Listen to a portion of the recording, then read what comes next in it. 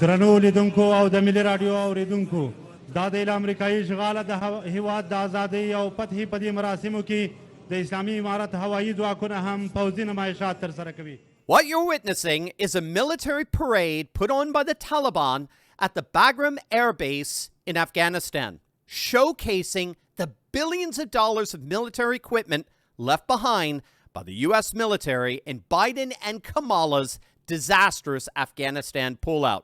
But we're going to find out why it wasn't just Biden and Harris who were being taunted by this military parade. We're going to see how something much bigger and far more consequential was the ultimate target of this taunt. Hey gang, it's me, Dr. Steve, your patron professor, here back in our studio to help you stay sane in these insane times. So make sure to smack that bell and subscribe button. Also, I want you right now to stop putting off what you know you need to do, and that's click on that link below, secure the deed to your home once and for all. Gang, I was absolutely shocked when I found out how easy it is to access the deed to my house, and not just access it, but actually change it. The deed to our homes is the only document that proves you own it. But the problem is that the deeds to all our homes are now online. And so criminals are free to find your deed, forge your signature, refile as the new owner of your home. And then what do? They take out tons of loans using your home's equity. And then they stick you with all the debt. And there's nothing you can do about it. But that's where our good friends over at Home Title Lock come in. Gang, they're amazing. Home Title Lock gives you the peace of mind that the deed to your home is absolutely and completely protected 24/7. Click on that link below right now and use promo code TurleyTalks. Then all you got to do is enter your address for your no-obligation home title scan to see if you've already been a victim of deed theft. It's a $100 value that you're going to get absolutely and totally free if you use my promo code TurleyTalks. Gang, don't wait for the worst to happen only to regret you didn't do something about it when you could have. Do what I've done. Do what countless patriots across the nation have done. Click on that link below and secure your home today. Biden always said that he wants you to be the last person in the room, particularly for big decisions, just as he was for President Obama. He just made a really big decision. Afghanistan. Yes. Were you the last person in the room? Yes. And you feel comfortable? I do. Funny, you're not going to see that on the legacy media, are you? That's Kamala's own words. Even Politico reported it. She was a decisive part of the single most disastrous military withdrawal imaginable, at least certainly when it comes to American troops. The scenes coming from Kabul on that day, 3 years ago today, August 15th, 2021, frankly stunned the world. As American troops withdrew from Afghanistan, the Taliban launched a stunning nationwide blitzkrieg, seizing the capital city of Kabul in mere days. Scenes of tens of thousands of Afghans flooding the Kabul airport, desperate to flee their country, shocked viewers around the globe. The hope of the pro-Western Afghan Republic crumbled in the blink of an eye. And today in Kabul, the Taliban government celebrated their triumph in a humiliating taunt against the Biden-Harris administration. The Taliban celebrated the third anniversary of its return to power on Wednesday with a massive military parade at Bagram Air Base, the very air base that the Biden-Harris administration ordered abandoned. And while staging the parade at the once American air base was embarrassing enough, the parade poured salt on the wound by showcasing the billions of dollars of U.S. military equipment left behind by the Biden-Harris regime. You'll know that when the U.S. military withdrew troops from Afghanistan, it abandoned $7 billion worth of equipment, including 73 aircraft and nearly 100 vehicles, which actually ended up helping the Taliban to become a major air power in the region. President Trump has often and rightly referred to the Biden and Harris regime's botched withdrawal from Afghanistan as the greatest embarrassment in U.S. history.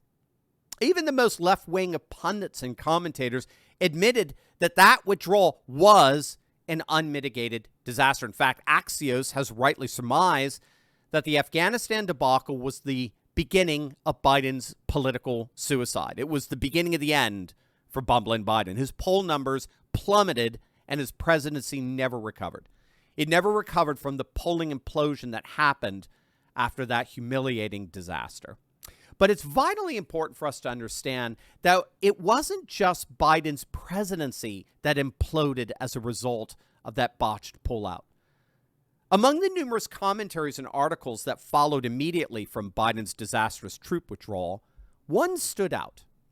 It was entitled, "The End of American Hegemony." And the basic argument that the author put forward was that the collapse of American power in Afghanistan was actually a symbol of a larger worldwide collapse, namely the collapse of what's called the liberal international order, a worldwide political and economic order that the United States founded after World War II, but that became truly international, truly worldwide after the fall of the Soviet Union in 1991. After the Soviet Union fell, the United States became the uncontested leader of the world, both militarily and economically. But that world, that liberal international order, after 3 decades, has come crashing down, most especially as a result of the reawakening of the great civilizationalist powers of Russia and China and India, as well as regional powers such as Iran, Saudi Arabia, and the neo-Ottoman Turkey. Now, there are many poles of power, not a single superpower, but many poles of power rising up and challenging America's hegemony over the world order. However, what was so shocking about this article that came out just a week or so after the fall of Kabul was who authored it. It was none other than Francis Fukuyama. Now, the reason why that was such a shock is that 30 years earlier, Fukuyama argued for a very influential thesis he called the end of history, which basically argued that liberal globalism had finally triumphed as the one-size-fits-all political and economic system that would take over the world. It was an incredibly bold thesis. In the early 90s, after the fall of the Soviet Union, Fukuyama argued that the defeat of fascism in World War II and the collapse of communism at the end of the Cold War, the history of political and social order had finally evolved into the triumph of liberal democracies around the world as the single one-size-fits-all political and economic system for everyone. I mean, so in other words, with the collapse of the Soviet Union and fascism, we had finally discovered the single best political and economic system for all peoples around the globe.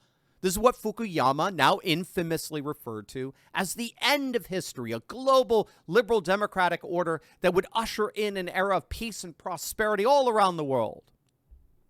Now, with the fall of Kabul, Fukuyama finally admitted that that thesis was utter and complete nonsense. Liberal globalism is falling apart literally everywhere. As scholars are increasingly noting, religion and nationalism are surging everywhere. Religion and nationalism are widely acknowledged to be the two most potent forces shaping the worldwide political order today, as contemporary Afghanistan so explicitly bears witness. And so the irony here is that it wasn't just the Biden-Harris administration that the Taliban was taunting in their military parade. It was the collapse of the U.S.-led globalist order that was the ultimate subject of their taunt. The only question now is whether the American public is ready to finally vote out the last remaining vestiges of this dying globalist world order and replace it with an America First administration that understands very well the new civilizationalist world of the future, a world that, as Afghanistan proves, has already begun.